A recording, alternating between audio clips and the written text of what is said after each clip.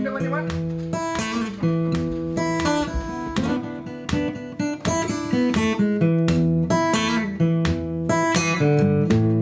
Hi, I'm Andrea. I live on this classic wooden motor cruiser along with my boyfriend Peter Knowles and my dog Frida.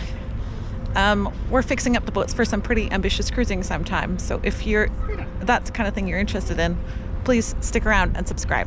Hello and welcome back to the shed. I've just lowered the dock for the summer season as it's so delightful, perhaps a barbecue on the dock tonight.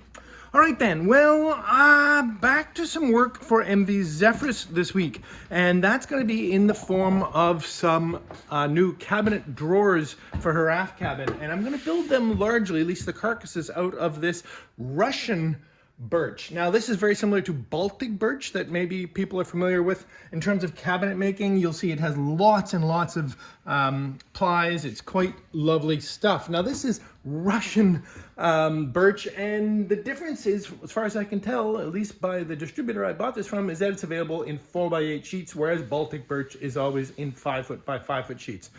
I learned something. Anyway, that's for the carcasses and the drawers. However, the bulk of the structure, the front face, and all the drawers will be made out of sapele. In fact, this sapele that I just picked up in Port Townsend. I need to talk about this a little bit. Let's jump back in time. Now, Port Townsend is indeed the mecca of all things wooden boat. And being the mecca of all things wooden boat, it's also going to have to be the mecca of wooden boat wood, and well, it is. So we're off to Edensaw Mill, which is basically the gold standard, used that expression before, of all things lumber in this part of the world, because I've been having trouble getting sapele mahogany up in Canada, and they have an abundance of high quality stuff here. So let's go have a look at what we've ordered.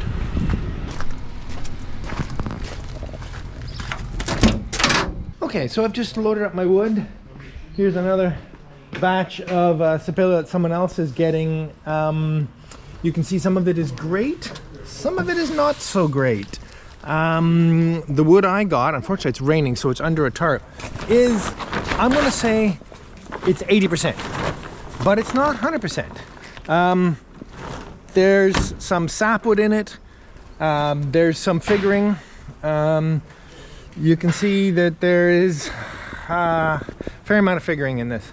Anyway, I'll give you guys a proper full tour of it once I get it unloaded back home.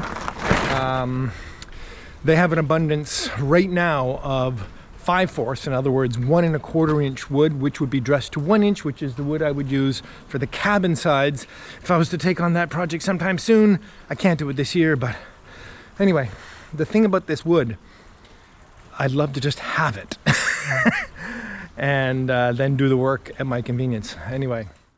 Okay then, folks, this is the first time I've been able to lay out the mahogany and show you when it wasn't raining. We're back in Genoa Bay. I'm about to bring this down to the boat shed, and I thought I'd review with you while we're out in the sun this wood.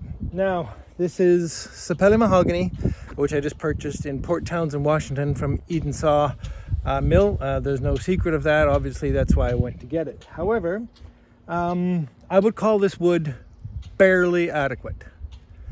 You can see an awful lot of figuring in this wood, a lot of figuring. I can't use that whole section of this. I can hardly use this board at all. This is full of sapwood. This is a mess all through here. This is about the only decent plank here. Now, to be fair, they're relatively straight. Relatively. They're not great. You can see some crook down there, and they're not too badly cupped. And so they're not terrible, but they're really not good. And they were very, very expensive. Never mind having to go to Port Townsend to get them. So what I'd like to ask all you, especially you who have real experience with buying sapele mahogany, is this what we've come to expect? Is this it? Is this the best you can get now? Because if this is, I'll never redo the cabin sides on Geordie. I could not use wood of this caliber to do that kind of wood work. This will do for what we've got coming up, and the projects will have to get by with this, but the wood I used to be able to get was spectacular, and this just is barely adequate. Okay, I'm hoping to say no more about that and just persevere. Now, Look at this fabulous toy.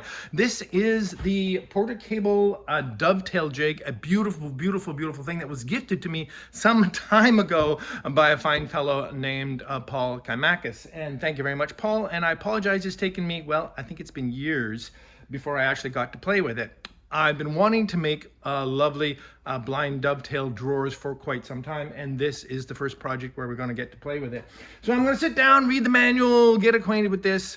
We won't actually get to drawers this week. We'll be building the carcass, the box, etc. But I do need to know exactly how this works and the spacing of the dovetails so that I can make the drawers a suitable height. Anyway, I'm going to play with this for a little bit, and I'll check in with you in a bit. Okay, so this is what I've determined, and to be fair, I should explain that what I'm going to do for this project is half dovetails. I'm sure I can show you a picture comparing a full dovetail and a half dovetail. The whole point is that the front face of a drawer doesn't show any of the dovetails. So anyway, this is set up to do that. Now, one of the boards will come up from below and is held in place with this snazzy clamp. The other board will come in on top and is held in place with this snazzy clamp. And you actually route both together, taking this dovetail shaped router bit and setting it in a router and running through this template. And what that does is it cuts the pins in the end of one and the dovetails in the side of the other.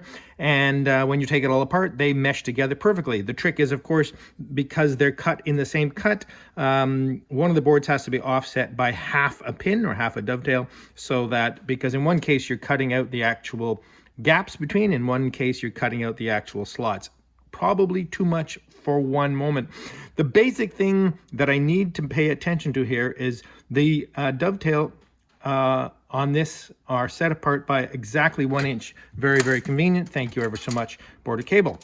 The point being then, if what I understand is correct, it will work out perfectly if I make cabinet doors, or sorry, drawer faces, multiples, modules of 1 inch in height. And that will make the dovetails work out neatly, I believe.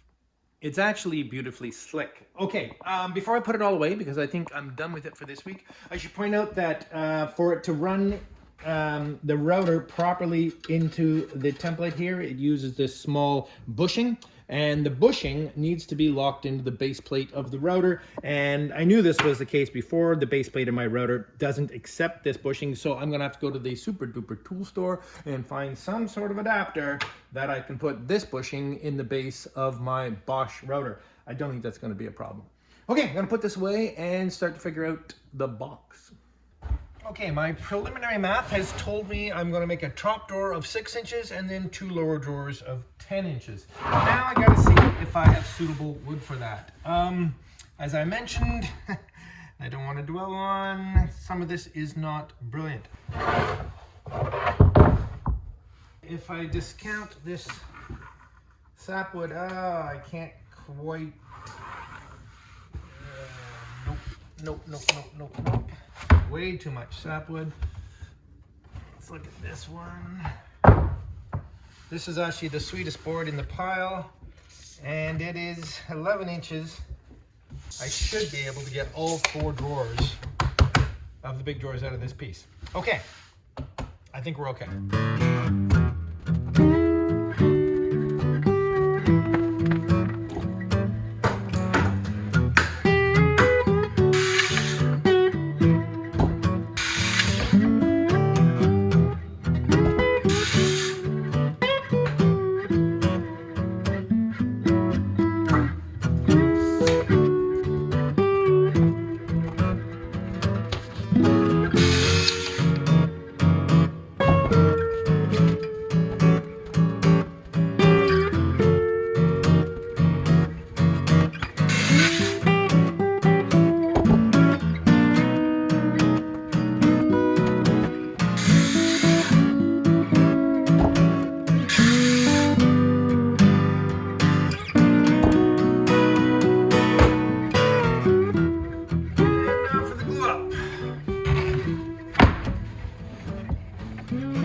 Straightforward. I'm just making a box. However, I'm going to mark out for the center panel in advance.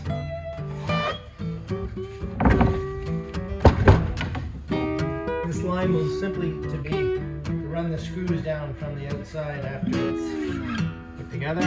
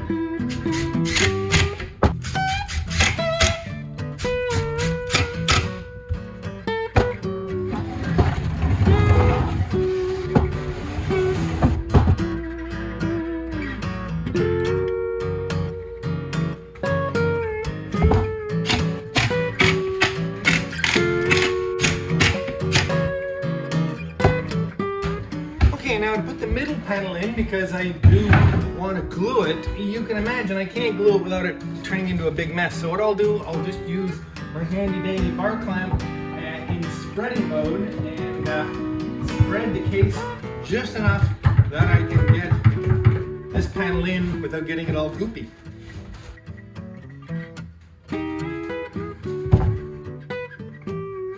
Okay, let's see if I can do this without making a mess. That mark over there, beauty, close enough. And now the back. Get some glue on here.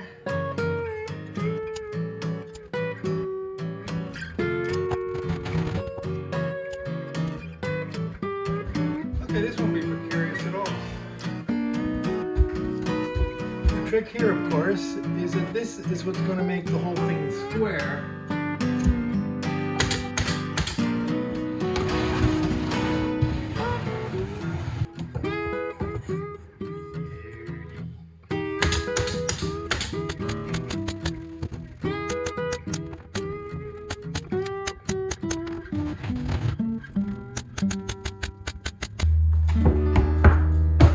Solid! Well, good morning, folks. While I was ripping up all the little strips to put on the front edge of this lovely big cabinet, well, lovely big cabinet became the thing on my mind. I don't know if it's occurred to you, but this is a dresser cabinet that has to fit into an old wooden boat, which means it has to go through a doorway. It's 24 inches wide, plus by the time I get some trim on it. And the doorway into Zephyrus, after getting a hold of Lady Zephyrus last night, is 21.5 inches wide. Good thing I noticed before I started putting the face frame. Okay, so we're just going to rip about 3 inches off the front of this, and that'll solve all my problems.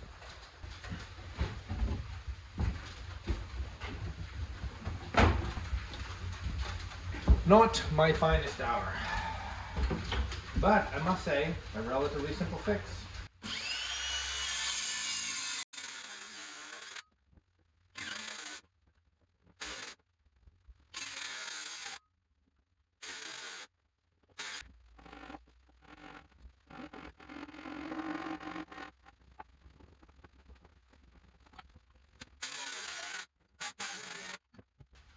Window, anyone?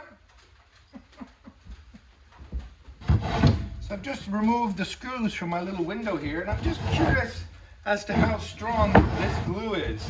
Now I'm going to do the most cruel test of all, which is a parallelogram twist to see when these break. Now of course there's a huge lever action on here, so it shouldn't take very much to break these, but I'm pretty impressed with what it took. And of course in every case it removed the wood. The top veneer of wood is gone. Pretty impressive stuff. So that was really a test of the strength of the veneers, not the glue.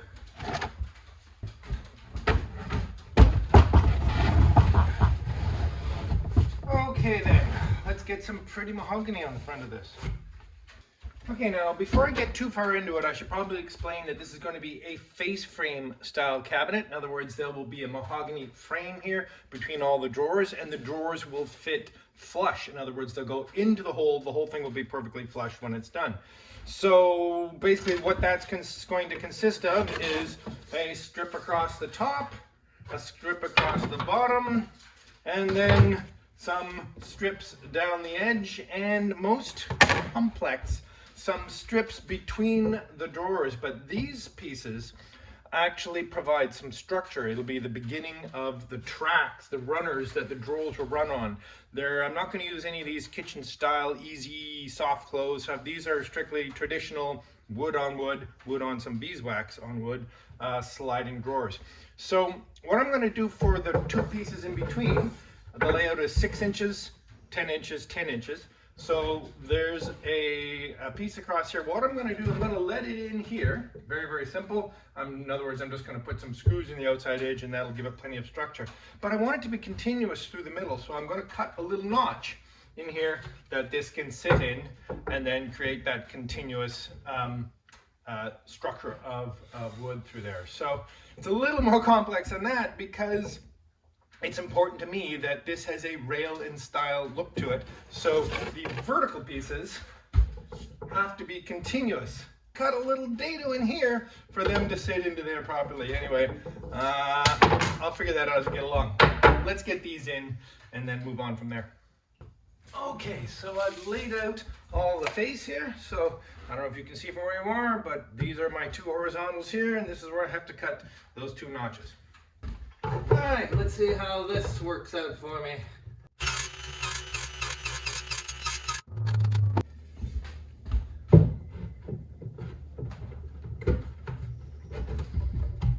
And we're done. That worked out quite nicely, I must say.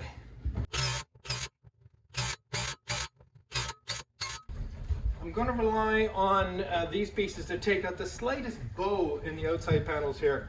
And that'll do a nice job of it. Okay, so let's get these in. That's the top one. This is the bottom one.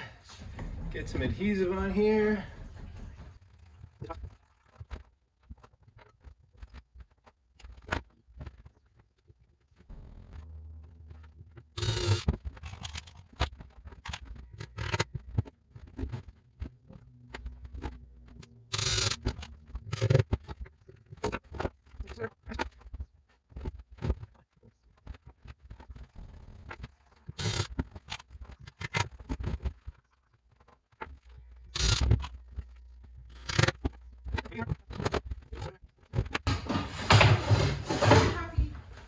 Coffee!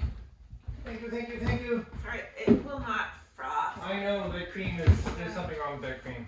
No worries, it's going to taste great. Thank you. Chris, here, come. Okay, now just to make sure this inner panel is straight. How is it there are so many planes? So many planes.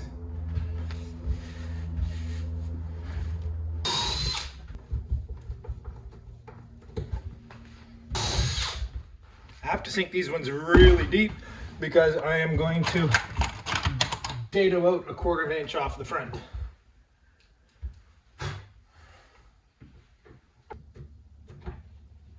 Beautiful. Love it, love it, love it. Okay, let's get some trim on here. Now this is just gonna get the tiniest bit of glue. Okay, so I've made myself a little spacer block just so that this will be perfect, because perfect is what I'm looking for.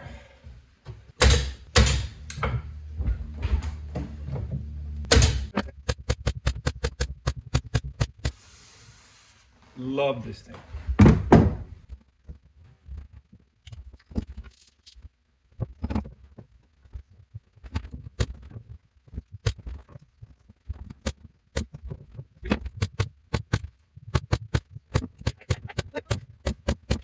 Okay then, so I've cut the strips for the edges here, and like in the middle, I'm going to have to take a little notch out of these horizontals, and the reason for that is I'm using 1/2 inch wide plywood for the carcass, but I'm face framing in 3/4, and I'm letting that extra 1/4 inch hang over on the inside. And the reason for that is to give me a little bit of tolerance as I put the drawers in. After I put the tracks in for the drawers, I'll put little guides along the side to make sure that they fit as smoothly as possible. If I put the front trim right flush with the plywood, I would lose the opportunity to do any sort of alignment like that. So that's the logic. Here, let's go here.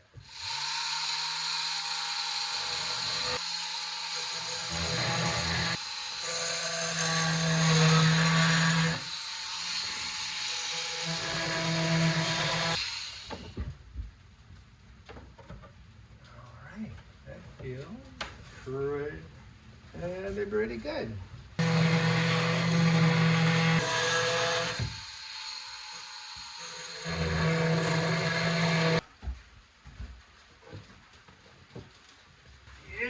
Big. Ooh, now for the stressful one.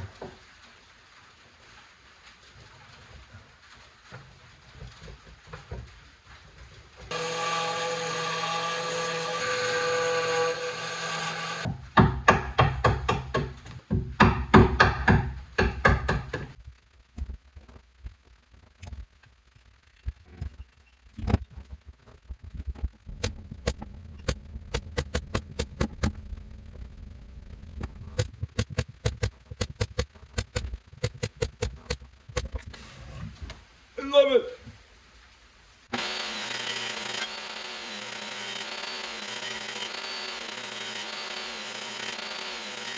Okay, the next step is to put in guides for the drawers, which are just 3/4 by 3/4 Sapelli runners. Now, the trick is to make sure they are absolutely perpendicular to the face, because this is a face frame drawer set. So when the drawers sit here, you want those drawer faces exactly flush with the face frame, not the slightest bit out of alignment. So the easiest way I can think of doing that is to create basically a drawer side, and then I'll just line that up here and make it square on the front.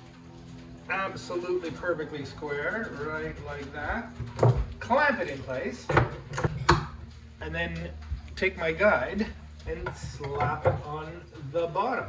And I think this is about the best way I can think to do this. Yeah. So I'm going to use adhesive for this, as I do with everything else. It gives me the advantage of being able to sort of hold it in place for a while. And I'm then going to tack it with the pin nailer, and after that I can put some screws in once I know it's exactly where I want it to be. This is square, that's square. Okay, I can put a couple of tacks in.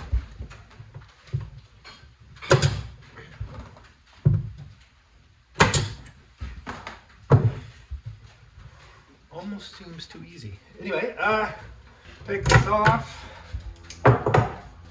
and move on. Okay, this is pretty cool. Rip my dummy drawer down to 6. I used to have a schmancy Craig drawer guide plastic thing that did basically this, but I don't have it anymore. All right, let's go. By the way, this is the fast grab version of PL construction adhesive, and I have to admit it's quite handy the way it just tacks right up.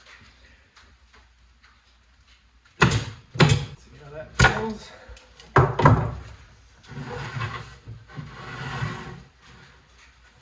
Yes, I like it.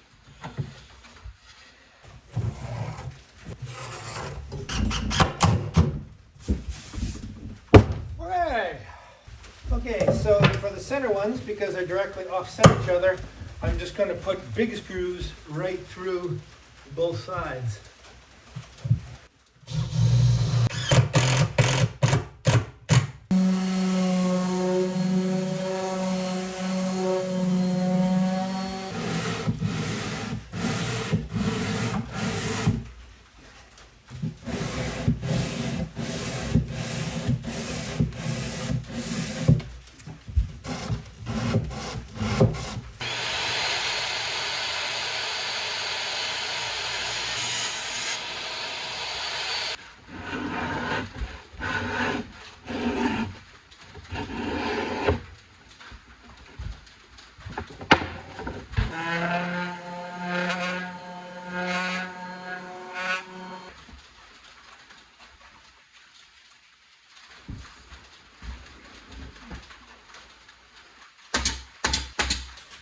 And then the lovely oil.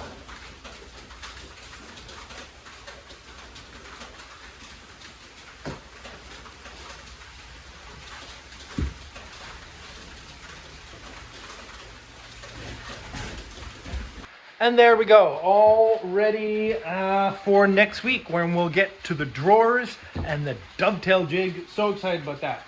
Really, really pleased. Really, really, really, really pleased.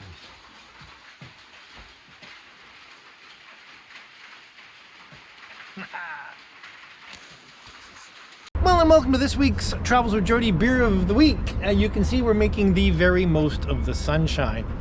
It's nice today, isn't it? It's beautiful. It's just glorious to be out here. Okay, let's get straight to the beer. I just went and got it. Why don't you tell us what it is? So this is a German beer, and it's called Anger. It's an Altbergisch Dunkel. It's a Dunkel, very much like Eidinger Dunkel, which I enjoy very much. Anyway, so we're returning to the import aisle section because I just wanted to give this a go. Let's see what we think. Well, what a lot of fun it was getting down to Port Townsend, was it not? It was awesome. We had a fantastic trip down there. That was really, really fun. And of course, it was a lot of fun to hang out with the Darrens of the Boat Geeks. Yes. Had a super really, fun. really good time with those guys. Okay, this has got a lovely color, I'll say, absolutely. Frida is at our feet chewing on something. Is it good? All right, cheers. Cheers.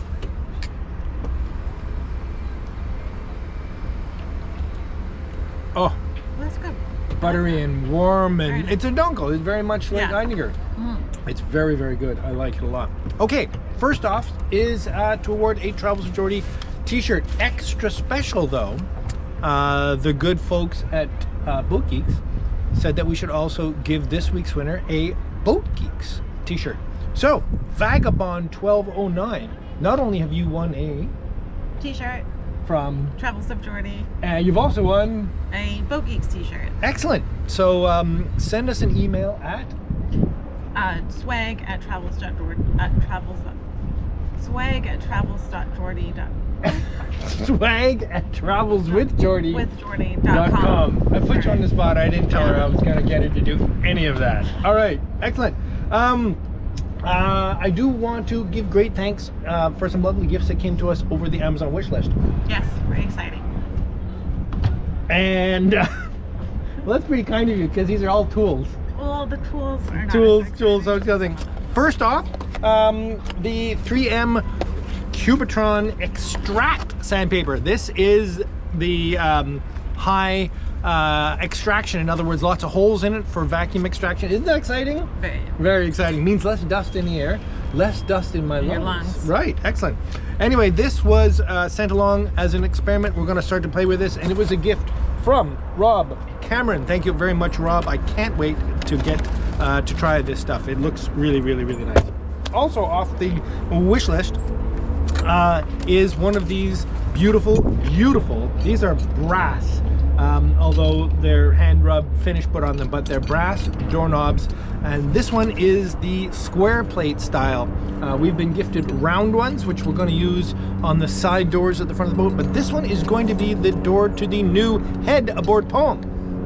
Hey, just Yeah. that's gonna be great, right? Beautiful. Really yeah, nice. Yeah. exactly. I can't promise when the actual walls will be up, but the actual toilet in the head. Spoiler Exciting. alert! Spoiler coming. alert! It's coming. Okay. It's coming pretty soon. My gosh, it's windy. And that lovely gift came from Bob M. Thank you ever so much, Bob. And also, this was a banner week. This is the fill pump for the quick fill battery fill kit that is also on the wish list. And what this does, it allows you to fill your lead acid batteries semi-automatically by just giving this little squeeze bulb, very much like would be on an outboard motor. A few pumps now and then, and it floods all the batteries, and you never worry about running your batteries dry. So that's quite exciting. Thank you very much. And this came without any indication who sent it, so if it was you, please let us know so we can give you a proper thanks. Please. That was a marathon of goodies. It was. Very Cheers good. to you all. Thank you ever so much. Thank you. What's left to do? What's next to do is drop a little bit of a A hint, a spoiler, whatever it is. Yeah. The word of the week this week will be grandchild. You know what to do with it. See you next week where all will be explained. Cheers. Cheers.